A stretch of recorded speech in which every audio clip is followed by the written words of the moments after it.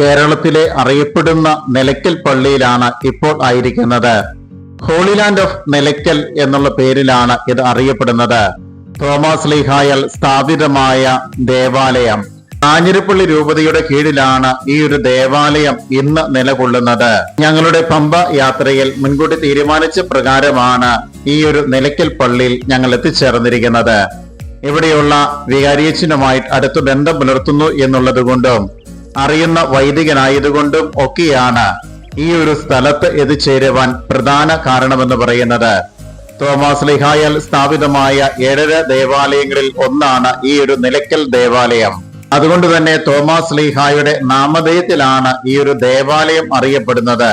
ചുറ്റുപാട് വനനിബിഡമായ പ്രദേശം, അതിന്റെ നടുവിലാണ് ഈ ഒരു ദേവാലയം നിലകൊള്ളുന്നത്.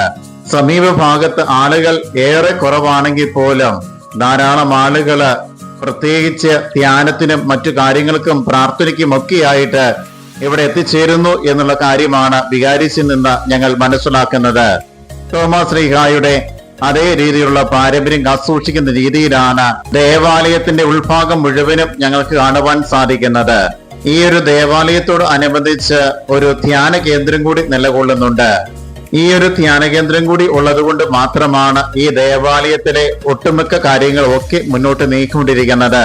ധ്യാനം കൂടുവാൻ വേണ്ടി ധാരാളം ആളുകൾ ഈ ഒരു ഭാഗത്തേക്ക് വരുന്നുണ്ട്.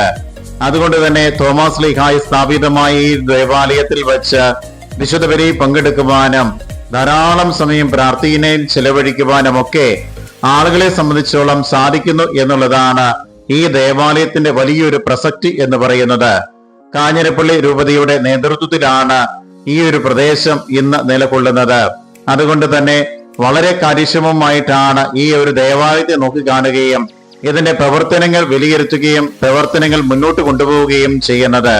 മറ്റെങ്ങും ദൈവവിശ്വാസികൾ ലഭിക്കാത്ത ഒരു അന്തരീക്ഷവും പ്രാർത്ഥനാ രീതികളും കാര്യങ്ങളും ഒക്കെ ഈ ഒരു ദേവാലയവും ഈ ദേവാലയവുമായി ബന്ധപ്പെട്ട ധ്യാന കേന്ദ്രത്തിൽ ലഭ്യമാകുന്നു എന്നുള്ളതാണ് മറ്റ് ധ്യാന കേന്ദ്രങ്ങളിൽ നിന്ന് ഈ ഒരു ധ്യാന കേന്ദ്രത്തെ വ്യത്യസ്തമാക്കുന്ന ഏറ്റവും പ്രധാനപ്പെട്ട ഘടകം എന്ന് പറയുന്നത്.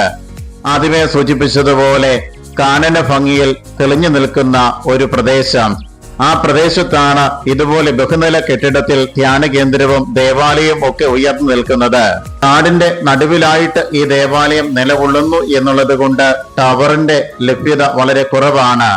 അതുകൊണ്ട് ഫോൺ കൊണ്ടുള്ള ശല്യവും ഈ ഒരു പ്രദേശത്തെ ധ്യാനത്തിലെത്തിച്ചേരുന്നവർക്ക് ഉണ്ടാവുന്നില്ല. സ്വസ്ഥമായിട്ട് സ്വൈര്യമായിട്ട് ഏതാനും ദിവസങ്ങൾ ധ്യാനാത്മകമായിട്ട് പ്രാർത്ഥനയിൽ ചെലവഴിക്കുവാൻ ഇവിടെ എത്തിച്ചേരുന്ന ഏതൊരു വ്യക്തിക്കും സാധിക്കുന്നു എന്നുള്ളതാണ് ഈ ഒരു ധ്യാന കേന്ദ്രത്തിന്റെ ഏറ്റവും വലിയ പ്രത്യേകത എന്ന് പറയുന്നത്. ധാരാളം ആളുകൾക്ക് താമസിക്കുവാൻ പറ്റിയ രീതിയിലുള്ള ബഹുനില കെട്ടിടമാണ് ഇവിടെ നിർമ്മിച്ചിരിക്കുന്നത്. വലിയൊരു ഹോളും ഇതിനോട് അനുബന്ധിച്ചുണ്ട്. തിരികെ പോരുന്ന അവസരത്തിലാണ് ഈ ഒരു കൽക്കുരിശ് ഞങ്ങളുടെ ശ്രദ്ധയിൽപ്പെട്ടത്. അതുകൊണ്ട് അതും കൂടി ഈ ഒരു ക്യാമറയിൽ ഒപ്പിയെടുത്തതിന് ശേഷമാകാം തിരികെയുള്ള യാത്ര നടത്തുന്നത് എന്ന് ഞാൻ ചിന്തിക്കുകയായിരുന്നു. കാട്ടുമൃഗങ്ങളുടെ പ്രതീക്ഷിക്കാത്ത രീതിയിലുള്ള ആക്രമണങ്ങൾ ഏറെ ഉണ്ടാകാൻ സാധ്യതയുണ്ടായിട്ട് പോലും ഇതുവരെയും അങ്ങനെ ഒരു അനിഷ്ടം ഇവിടെ സംഭവിച്ചിട്ടില്ല എന്നുള്ള കാര്യം വികാരിയച്ഛൻ എടുത്തു പറയുകയുണ്ടായി. വലിയൊരു സംരക്ഷണ വലയം ഈ ദേവാലയവുമായി ബന്ധപ്പെട്ടുണ്ട് എന്നുള്ള കാര്യം ഞങ്ങൾ മനസ്സിലാക്കുക.